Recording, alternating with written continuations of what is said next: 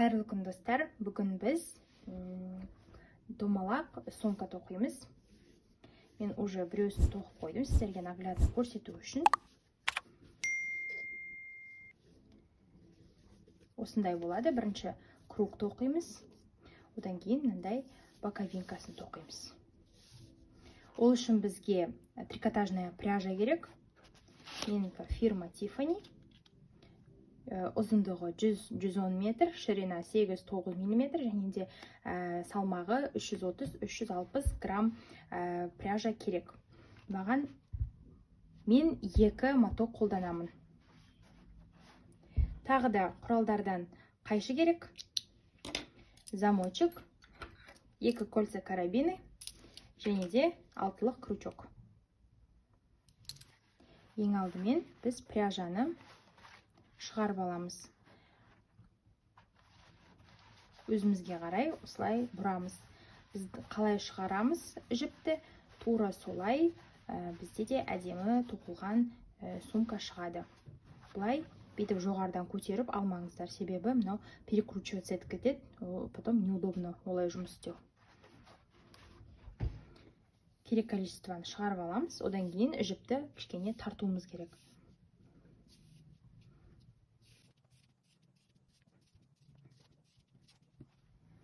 Біз қазір кольцо амигуруми жасаймыз.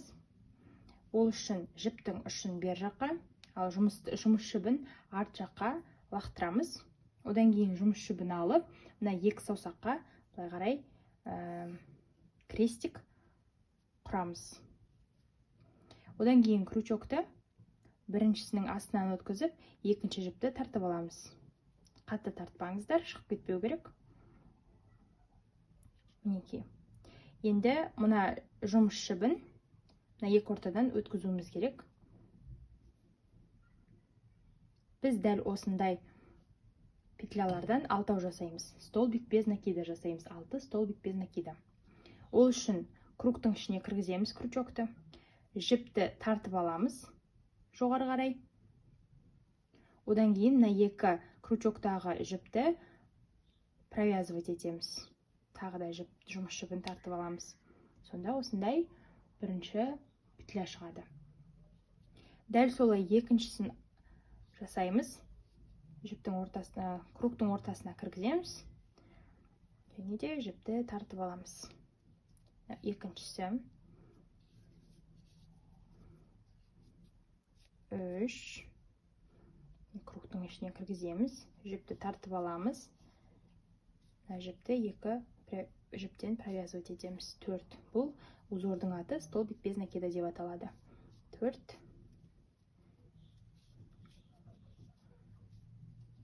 5. Және соңғысы 6. Осындай 6 бізде галочка шықты. Енді мына қысқа жіпті тартамыз. Кругтың ортасын ашамыз. Біз енді мына 2 жерді бір-біріне жалғауымыз керек. Ол үшін мына жіптен емес, мына жіптің астынан крючокты өткізіп, мына жіпті тартып аламыз.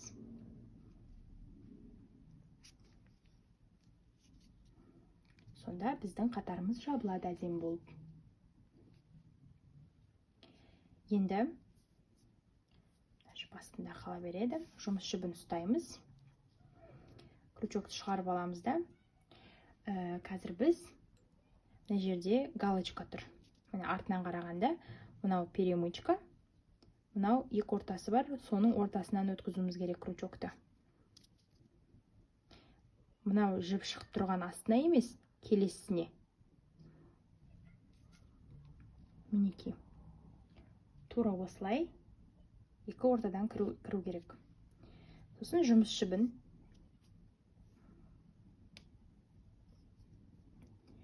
мынаның үстінен өткізіп, крючоктың астына жібереміз де, мына дөңгеленіп тұрғанды крючокқа кигіземіз. Жұмыс жібін тартамыз қаттырақ. Мынаны жаңағы шығарған крючокты кіргізген 2 ортадан шығарып аламыз. Сосын воздушная петля тоқимыз. Енді біз қатардың санын көбейтуіміз керек. Мына жерде 6 болса, біз 12 столбик без накида тоқуымыз керек. Ол үшін мына жерден бір петля шығып тұр ғой. Енді тура дәл осы точкаға тағы біреуін тоқып прибавка жасаймыз. Яғни бұл рядты толтыру прибавка деп аталады. Яғни бір нүктеге 2 столбик без накида тоқу керек. Біріншісі кетті. Енді екінші мына жерден өткізуіміз керек екіншісін. Міне, өтті. Бұл жерге де 2 столбик без накида тоқимыз. Екіншісін кіргіземіз, жіпті тартып аламыз, бері қарай шығарамыз. Мына жіпті 2 жіптен өткіземіз. 2 болды, прибавка жасадық. Мына жерде үшінші прибавка. Тура осы нүктеге тағы да біреуін тоқимын. Біздің қатарымыз көбейіп жатыр, яғни міне мынаны бірінші санаймыз. 1, 2, 3, 4, 5, 6.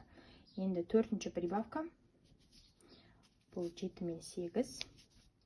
7. Көрдіңіздер ма? Мен мына жерде дұрыс тоққан жоқ. Сыртынан өтіп кетті. Сондықтан қайтадан бұны дұрыстап тоқимыз. Екі ортадан өту керек.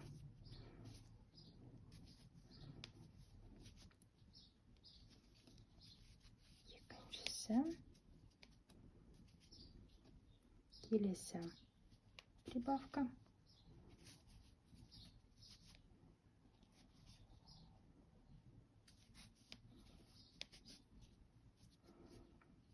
Екеу, төртеу, алтау, 8, 10. Енді соңғы прибавка. Ол мінеки, мына жерде болады. Мына екі ортаға кіргіземіз. Ол мына жерден шығады. Мына жіп шығып тұрған жерден шығады. Мына перемычканың астынан.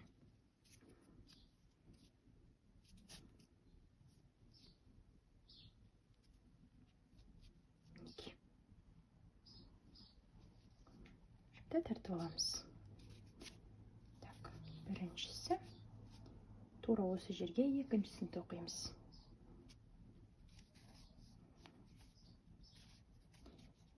Болды. Біздің қатарымыз толықты. Енді қатарды тура солай жабамыз. Мына жерден емес, мына галочкадан астына кіргіземіз. Мына жіпті тартып аламыз. Артқа қарай. Осылай қатарды жабамыз.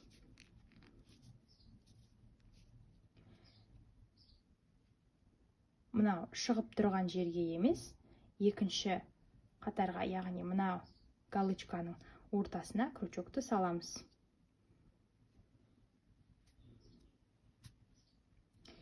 Сосын жұмыс жібін мынадан жоғары өткізіп, крючоктың астына қалдырамыз да, мына жіпті артқа қарай өткізіп аламыз.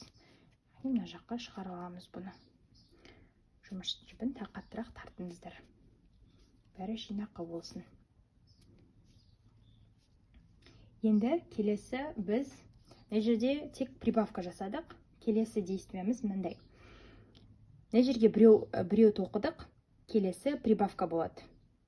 Біреу прибавка, біреу прибавка. Солай кезектесіп жасаймыз.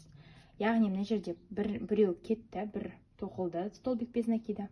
Келесі галочкаға прибавка жасаймыз. Яғни бір точкаға 2 столбик без накида тоқимыз. Мынау екіншісі. Оны прибавка деп айтады. Енді біреу тоқимыз.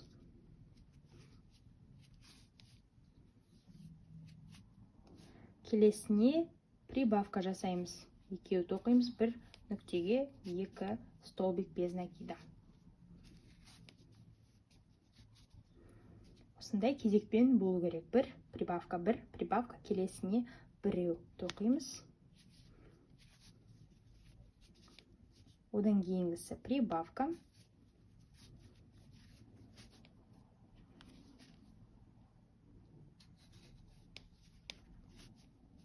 Біреу.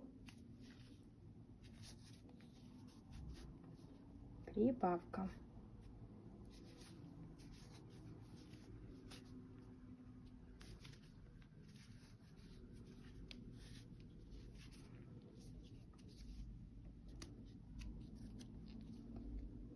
Біреу. Жерде прибавка.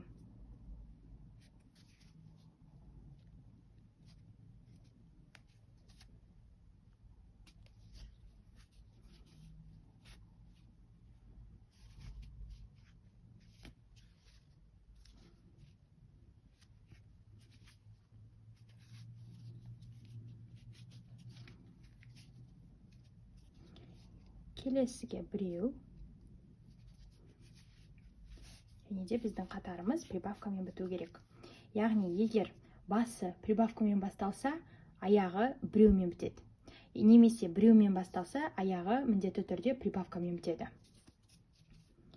Енді қазір прибавка жасаймыз. Міне, мына точкаға мына екі ортадан шығу керек. Соңғысы всегда кішкене қиындау болады.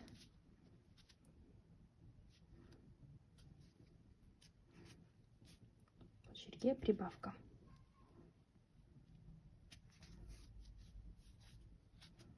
Біреу.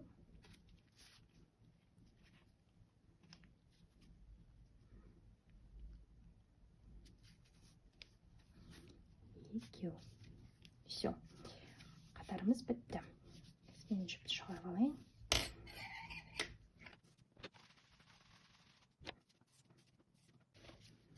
Қатарды дәл тура солай жабамыз. Ортасынан өткіземіз астынан. Мына жіпті артқа қарай тартып аламыз. Келесінен мынаның астынан емес, мына жерден келесі столбик галочкадан өткіземіз. Жұмыс жібін шығарамыз да. Міндетті түрде қаттырақ тартыңыздар. Мынада шығу керек, бері қарай. Енді қараңыздар. Прибавканың үстіне келмеу керек. Қазір біз бетеміз. Біз мына рядта прибавка, біреу қылып жасасақ, енді қазір екеу прибавка, екеу прибавка. Солай рядты біз көбейте береміз. Екеу, үшеу, төртеу, бесеу деп. Шатасып кетпеу керек. Біз қазір мына екі прибавканың үстіне бір-бірден екеу тоқимыз. Мына жерге біреу кетті. Мына жерге екіншісін тоқимыз. Ал мынаған жалғыз тұрғанға прибавка жасаймыз. Бұған бір нүктеге екі столбик без накида тоқимыз. Енді біреу кетті, енді екіншісі. Мына екі прибавкаға, бір прибавкаға екі жалғыздан тұратын столбик без накида бір-бірден осылай екеу тоқимыз. Ал мынаған жалғыз тұрғанға прибавка тоқимыз. Яғни прибавканың үстіне прибавка келмеу керек. Соңында просто домалақ емес, көрсетейін. Мынандай идеальный круг емес, бүйтіп алты бұрышты болып шығып қалады дөңгелегіміз. Бізге ондай керек емес.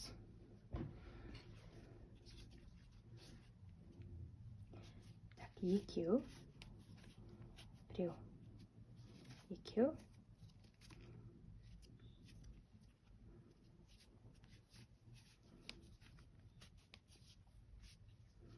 Прибавка.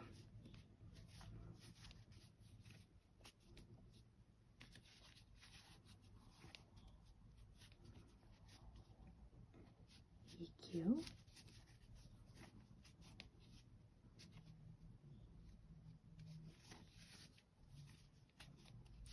Прибавка.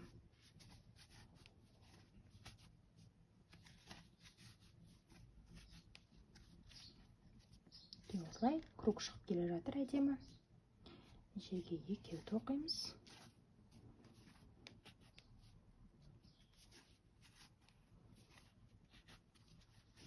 Жерге прибавка.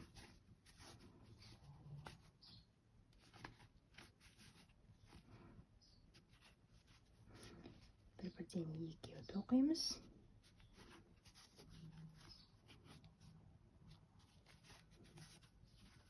Және ең соңғысы прибавка. Мына жерде біз бір-бірден екеуді оқып бастадық, яғни мына жерде соңғысы бізде прибавкамен бітеді.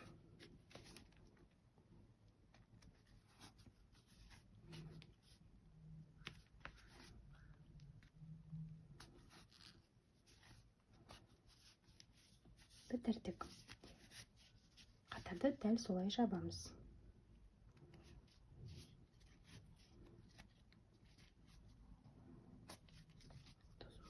Сияқты.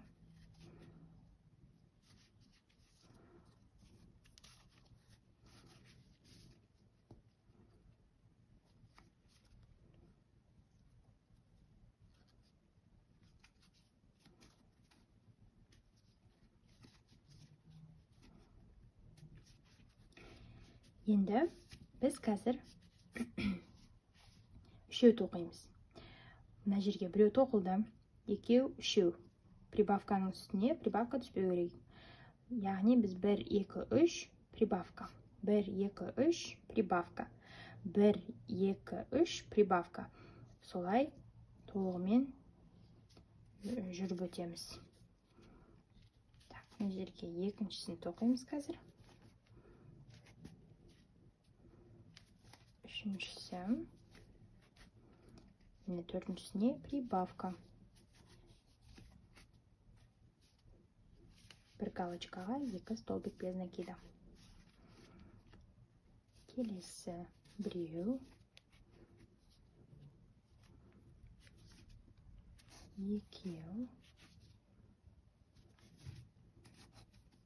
Үшеу. Прибавка. Дәл осылай өздеріңіз ары қарай соңына дейін жалғастырыңыздар. Мен қазір соңғы прибавканы тоқып жатырмын.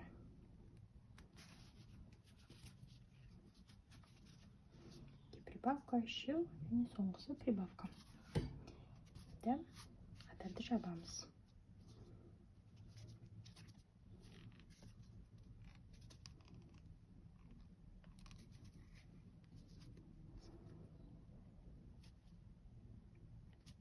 Галочканың ортасына кіргіземіз.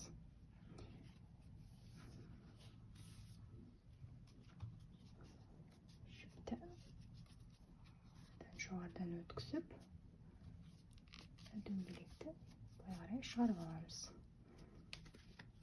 Бір воздушная петля тоқимыз. Ары қарай тура солай. Мына жерге біреу, екеу, үшеу, төртеу прибавка. 1, 2, 3, 4 прибавка. Прибавканың үстіне прибавканы қоймаймыз. Сонда 1, 2, 3, 4 прибавкамен бірге төртеу болып тұр. Келесіне прибавка тоқисыздар. Дәл осылай біз 8 қатар тоқимыз. Яғни, бізде қазір 4 болып тұр ғой. Тура солай рядты көбейте береміз, және де 8-ге дейін жетеміз. 8 прибавка, 8 прибавка, 8 прибавка. Солай біз 8 рядты оқимыз да, одан кейін ары қарай уже боковинкасын тоқуға көшеміз. Қазір мен осы рядты көрсетемін, ары қарай өздеріңіз 8-ші рядқа дейін тоқыңыздар. Міне біріншісін тоқыдым. Енді екінші галочкаға тағы да бір столбик без накида тоқимын. Мына екі прибавкаға бір-бірден столбик без накида. Төртеу. Енді бесіншісіне прибавка.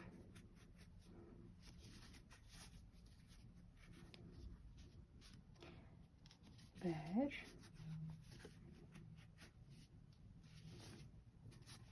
Екі.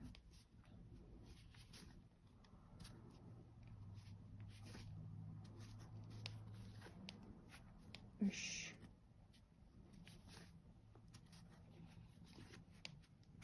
Төрт. Прибавка.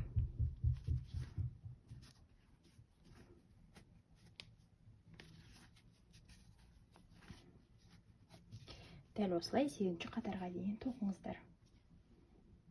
Мінекей мен 8-ші рядты бітірдім. Міне 2, 4, 6, 8 прибавка. 8 прибавка, 8 прибавка. Біз қазір қалай жабамыз? Біз мына екі рядтан жауып жүрдік.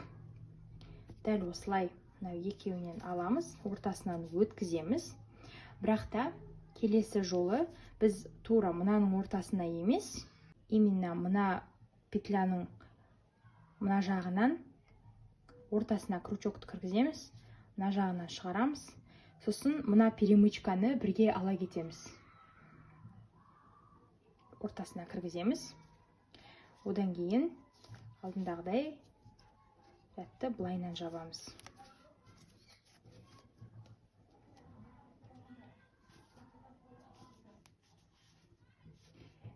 Қалған рядтың бәрін тура солай жасаймыз. Яғни бізде мына жол қалу керек, мына жолдан тоқимыз.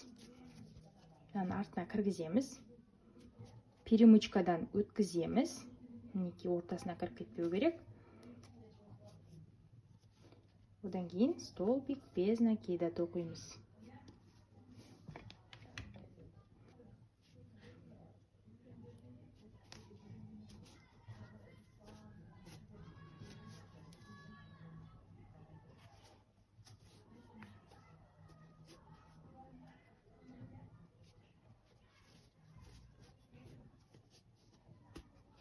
Мінекей. Осылай барлығын соңына дейін тоқып шығасыздар. Мынаның артынан кіргіземіз. Мына перемычканы бірге кіргіземіз. Мына бүйінен, мына ортасына өтіп кетпеңіздер. Сосын жіпті тартып аламыз да, столбик без накида тоқимыз. Ары қарай өздеріңіз жалғастырыңыздар. Мен соңына келдім. Мынау соңғы петляны дәл осылай тоқимыз. Және мынаны да тоқимыз.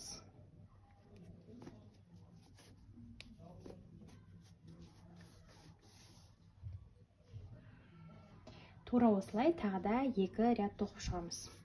Соединять еткен кезде дәл солай алдыңғы қатарларды қалай жауып жүрдік, тура солай жабасыздар. Қаттырақ тарту керек кішкене.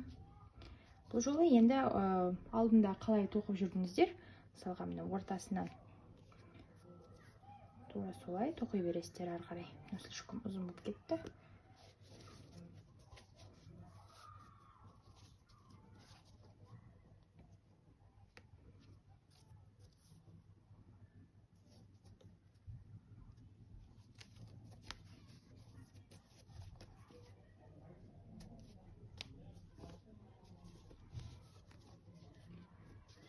Тура осылай дәл ортасына кіргізіп крючокты тағы 2 ряд тоқып шығыңыздар.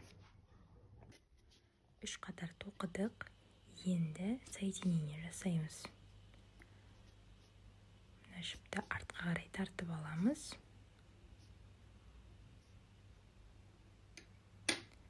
Одан кейін қайшыны алып, керек емес жіпті кесіп тастаймыз.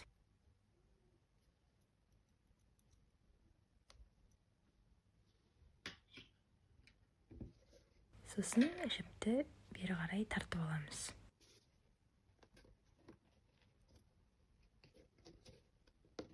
Мына жіпті шығару керек.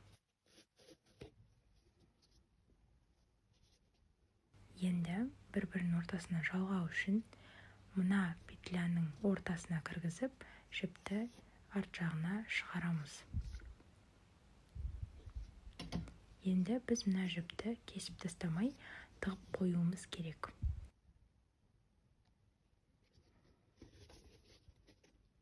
Ол үшін мына ортаға жіпті кіргіземіз. Яғни крючокты өткіземіз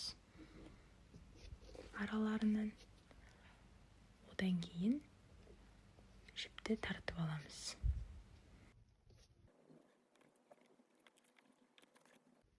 Жіпті осылай ұзыннан етіп тартып алғандарыңыз дұрыс. Өйткені егер впритык тартатын болсаңыздар, онда ол жүрмейді.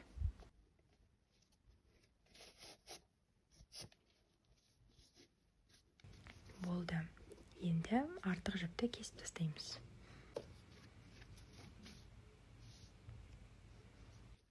ортасындағы жіпті де дәл солай тығып тастауымызға болады. Менің 2 боковинкам дайын, яғни сумканың основасы дайын. Енді біз жақтарын жалғаймыз. Ол үшін бізге ине керек болады, көзі үлкендеу пластиковый ине. Соған жіпті өткіземіз.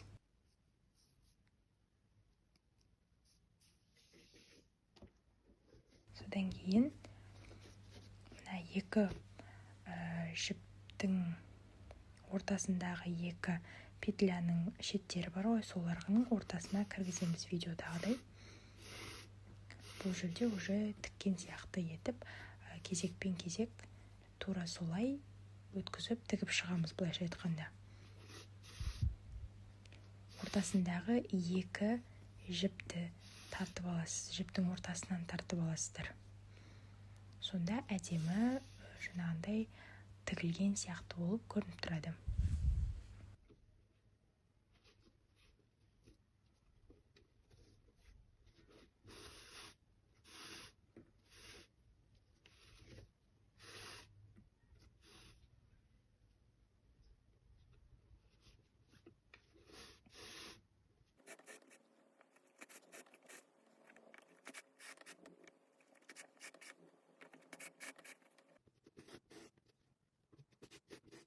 Өздеріңізге керек количествода аузын ашық қалдырасыздар. Одан кейін мен мына жерде тағы бір өткізіп, жіпті өткізіп жатырмын, прочный болу үшін. Одан кейін жіпті изнаночной сторонаға, яғни ішіне қарай кіргізіп жіберемін, чтобы ішінен жіпті тығып қою үшін.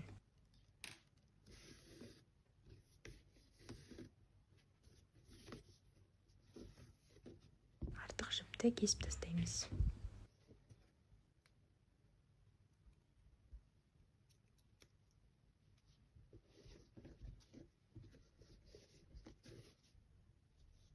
Мінекей осындай сумка шықты.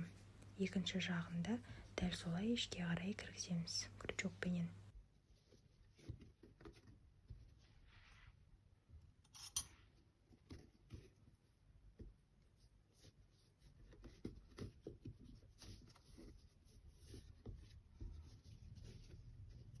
Міне мына жерлерге алып тығып тастасаңыздар болады.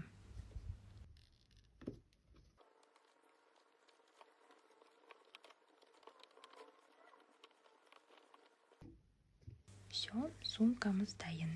Біз қазір клапан тоқимыз. Ол үшін жіпті қолымызға орап узел жасаймыз.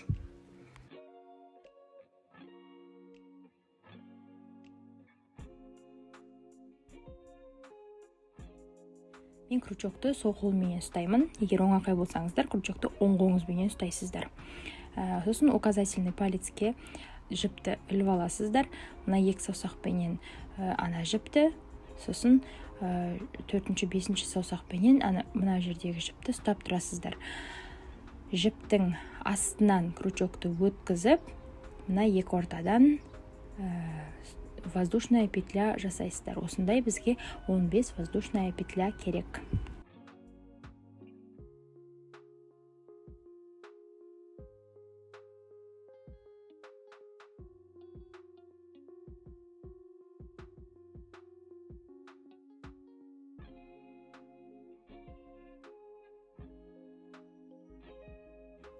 Крючоктағы жіп болады, бірінші және екінші жіп.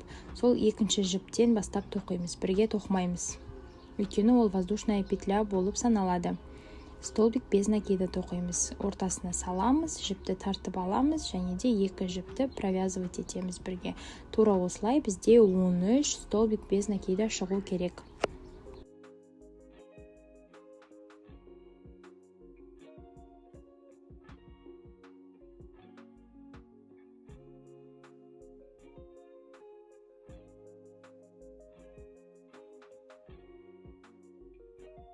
Он үшінші столбик без накида тоқыдым. Енді 14-ке біз 3 столбик без накида тоқимыз. Солай біз келесі рядқа өтеміз. Яғни мына жақ округленный болып тұру керек. Біз қазір овал тоқимыз.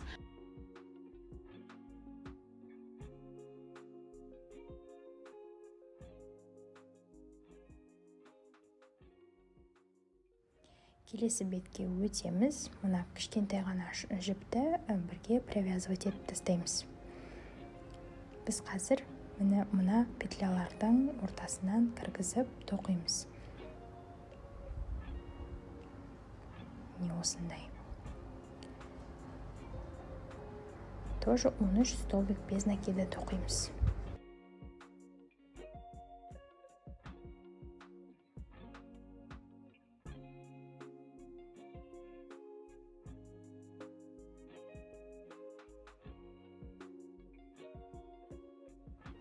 Келесі бетке дейін өздеріңіз тоқыңыздар. Міне 13-ші столбик без накида тоқылды. Енді мына шеткі жағында воздушная петля бар. Сол жерге 3 столбик без накида тоқимыз. Прибавка жасаймыз солай. Сосын мына бетіне өтеміз. Сонда бізде овал пайда болады. Енді екі жақты бір-бірімен жалғаймыз. Алдындары қалай жалғап жүрдік, тура солай қазір жалғаймыз.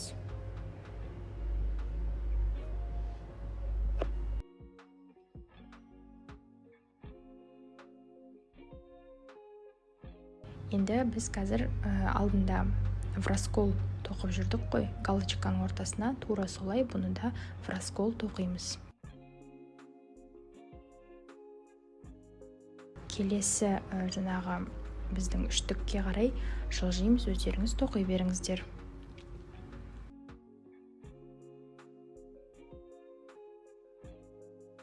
Столбик без накида соңғысы қалды, осыны тоқимын. Енді мынау үш овалымызға біз прибавка жасаймыз екі-екіден. Өйткені бізге именно осы жерді көбейту керек. Яғни бір точкаға 2 столбик без накида тоқимыз. Мынау біріншісі.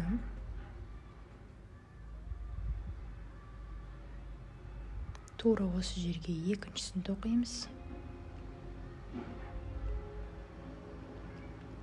Прибавка. Екіншісіне дәл солай прибавка тоқимыз.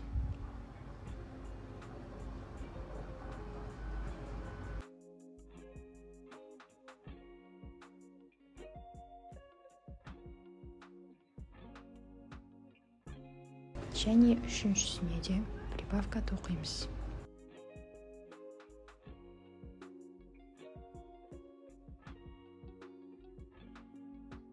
Енді қалғандарын бір-бірден келесі үштікке қарай тоқып шығамыз өзіміз.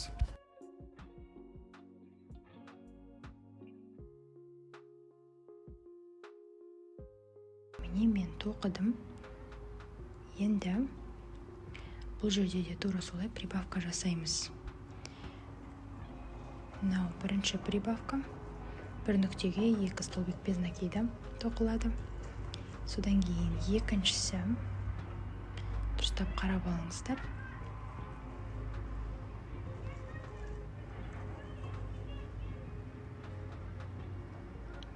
Бір, екі.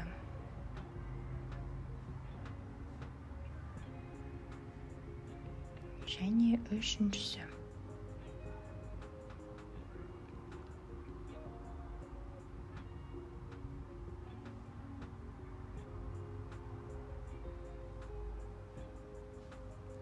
Енді қатарды жабамыз.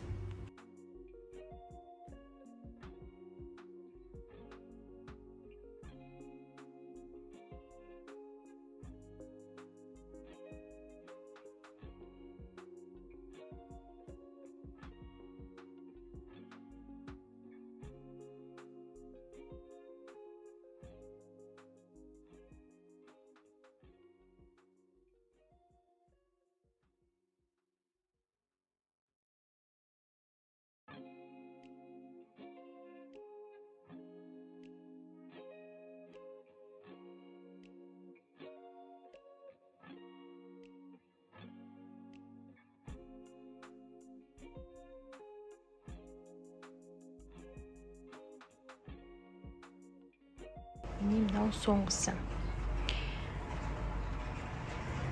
Қазір прибавка, біреу прибавка, біреу қылып тоқимыз. Яғни бірінші прибавкадан бастаймыз. Дәл осы жерге тағы біреуін тоқимыз. Келесіне бір столбик без накида тоқимыз. Прибавка.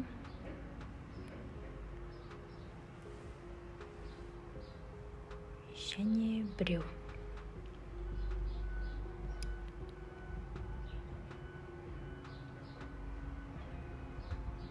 Прибавка.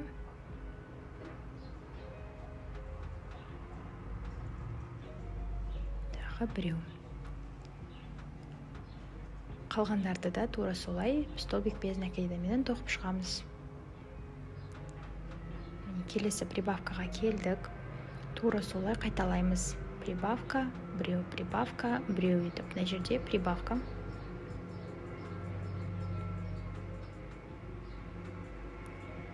Біреу.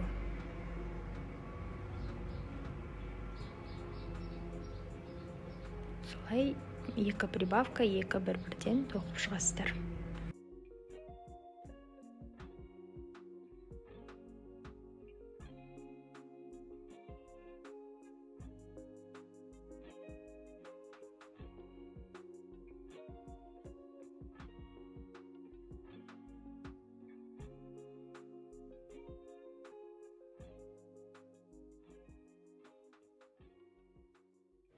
Соединениеге келген кезде мән беріңіздер, ортада петлялар бар, тоқылмай қалған, солардың барлығын тоқып шығамыз. Өйткені біздің тоқымамыз кішкене алдыға қарай жылжып отыр. Міне мынандайдың барлығын тоқып шығыңыздар столбик без накидаменен. Солай рядты жабамыз, және де ары қарай келесі бұрылысқа дейін өздеріңіз тоқып шығыңыздар.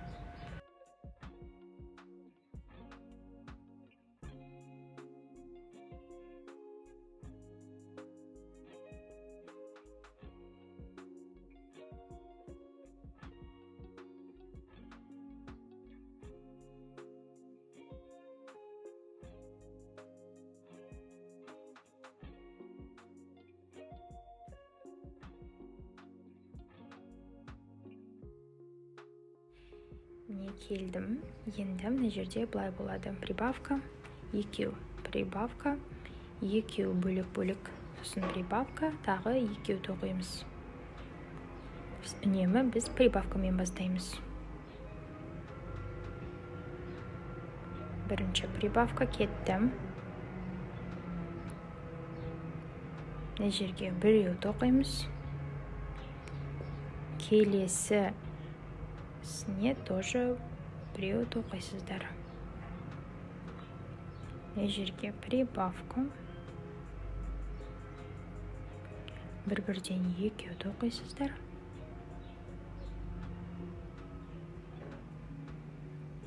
Одан кейін қайтадан прибавка, бір-бірден екеу тоқисыз. Сосын ары қарай тағы да келесі бұрылысқа дейін өздеріңіз тоқып шығыңыздар.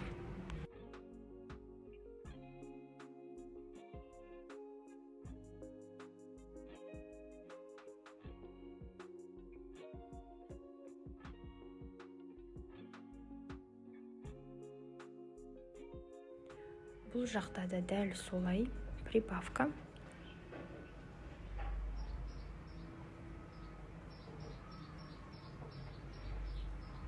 Бір столбик без накидадан екеу тоқисыздар. Мынау бір, екіншісі.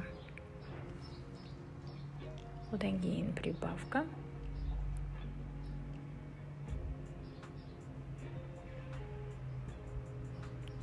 Сосын қайтадан бір-бірден тоқып шығасыздар.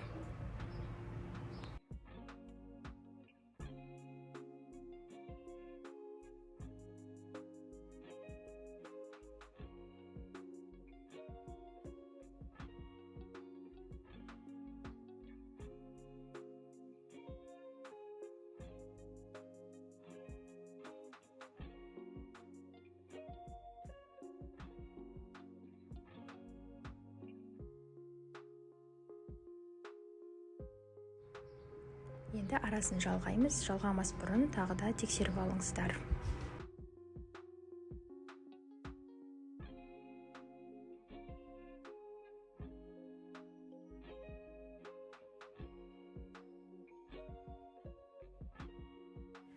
Осылай рядты жабамыз, одан кейін артық жіпті кесіп тастаймыз, бір-біріне соединять етеміз бүлдіртпей.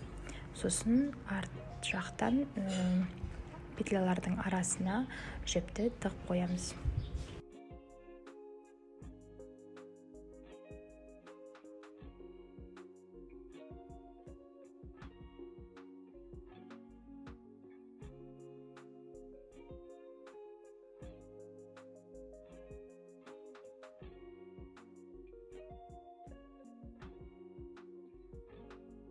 Барлығын жіптердің арасына кіргізіп болғаннан кейін сіздер изделияны үтіктеп алыңыздар.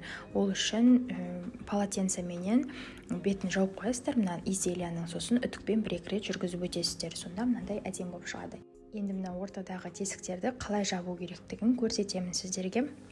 Ол үшін жіпті аламыз, крючокты мына бірінші тесікке кіргіземіз, артынан жіпті тартып аламыз және де өрім ретінде жүргізіп өтеміз. Алдыға қарай шығарамыз. Крючокты келесі тесікке кіргізесіздер.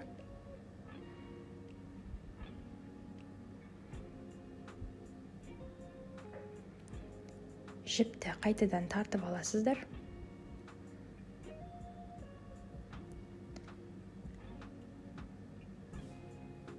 Осылай соңына дейін жасап шығыңыздар. Сонда ортасы әдемі өрілген болып тұрады, тесілгендері көрінбейді.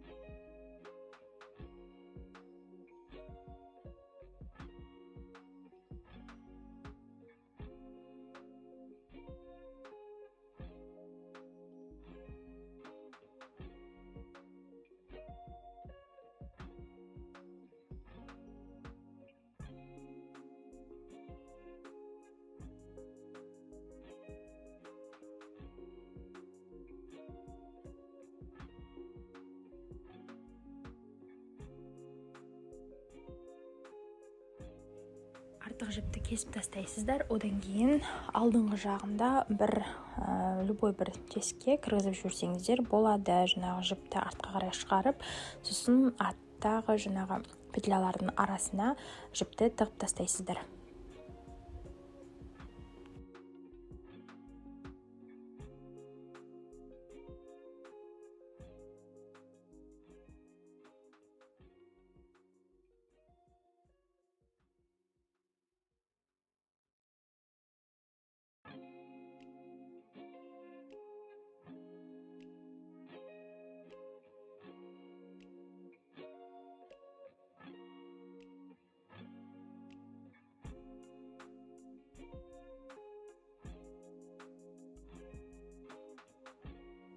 Енді сумкамызға клапанды жалғаймыз. Ол үшін дұрыстап тұрып өлшеп алыңыздар. Міндетті түрде, ато қисық болып қалуы мүмкін. Инеге жіпті өткіземіз, тіккен құсатып, полностью жаңағы домалақ бойынша жүргізіп өтеміз. Қазір видеода барлығын көрсетемін. Сіздер тек қана қараңыздар.